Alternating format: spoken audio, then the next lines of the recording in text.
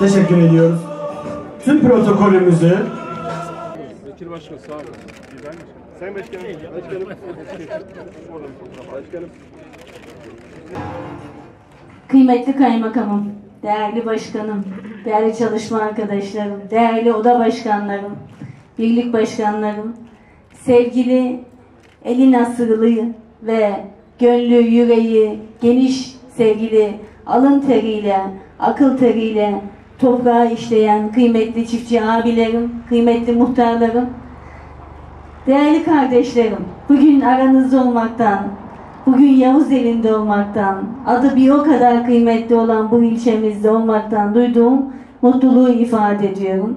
Allah hepinizden razı olsun diyorum. İsim hakkı vardır. Her ilçenin ismi birbirinden elbette güzeldir.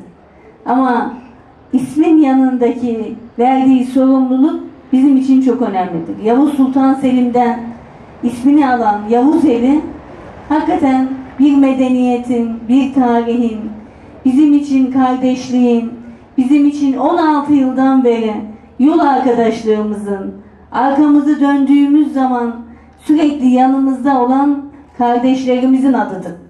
Yavuzeli herhangi bir ilçe değildir. Gönlümüzde çok özel bir yeri vardır.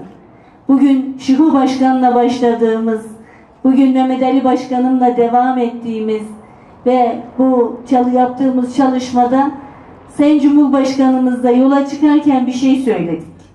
Çok çabuk unutuyoruz. Hafızayı beşer nisyan ile malüldür. Ne dedik? Hiçbir şey eskisi gibi olmayacak dedik. Hiçbir şey eskisi gibi olmayacak.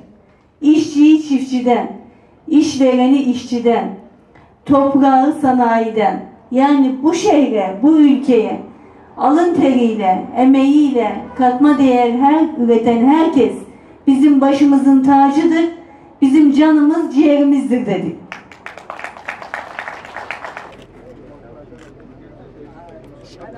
Allah bereket versin. Allah razı olsun. Allah ağız tadıyla yemin olsun.